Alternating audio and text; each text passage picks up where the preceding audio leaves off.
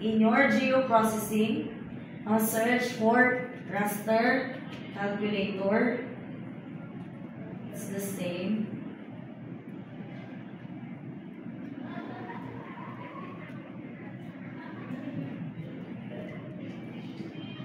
There is a spatial analyst.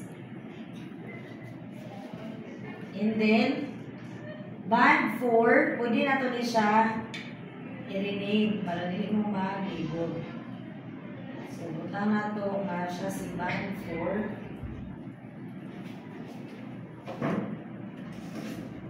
And this is band 5.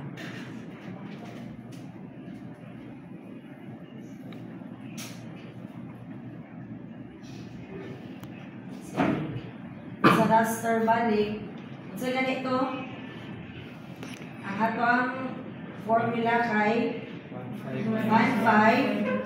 So, click that band and then minus band 4 and then over over band 5 band 5 plus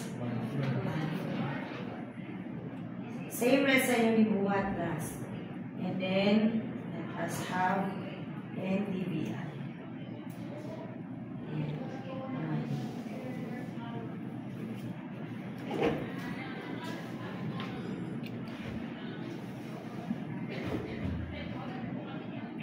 Okay. So, mauna na yung ato ang NDVI.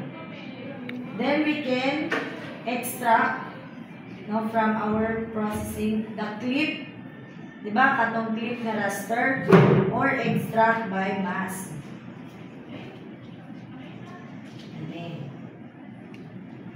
Then let us have NDVI.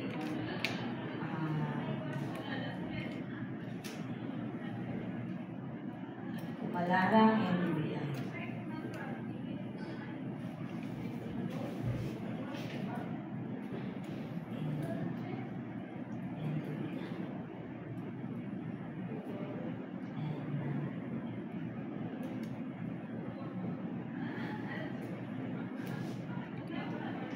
So, mo na ang NDVI sa kumalarang, no? And then we'll have the symbology. Sample stretch na siya. Ato ang tanaw diri sa green, no? Kay percent clip. Or pwede standard deviation. Depends upon your color kung sa'yo gusto niyo. Sa parang siya vegetation, so green, hilata green.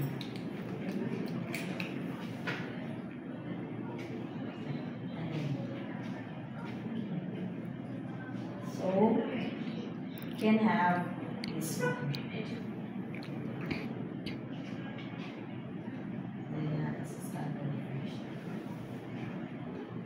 So, here we can see asa tong mga lugar nga forested pa siya.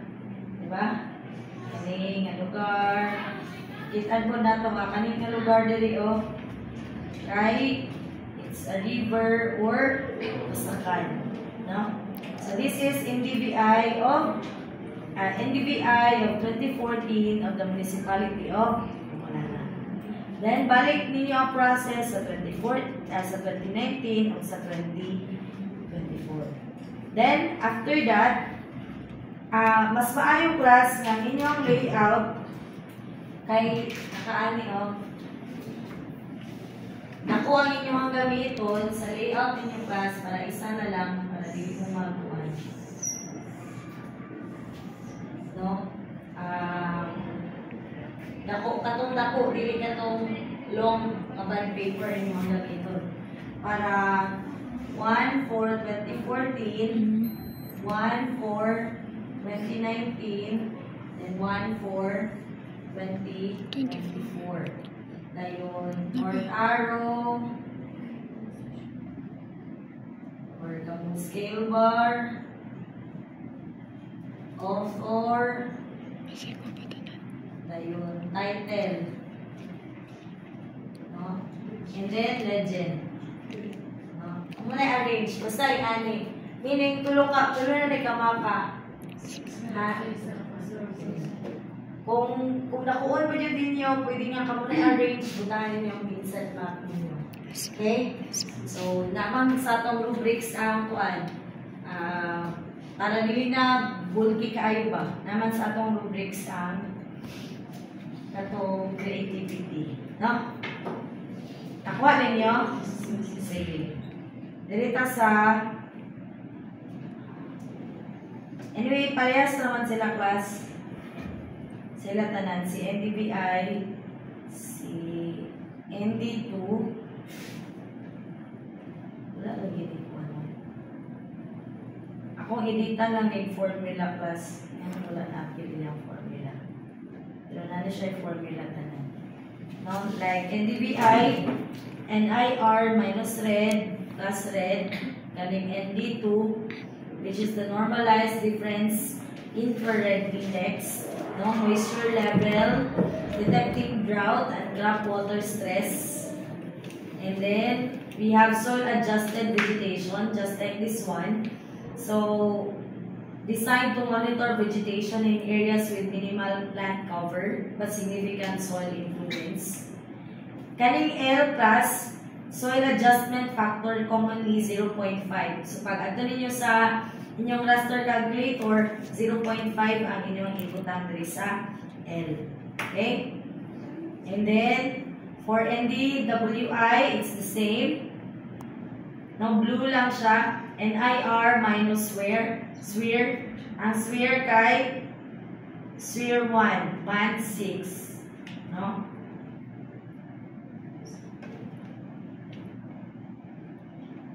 And then, we have MDWI, green minus sphere. Sphere is band 6, band 3 minus band 6.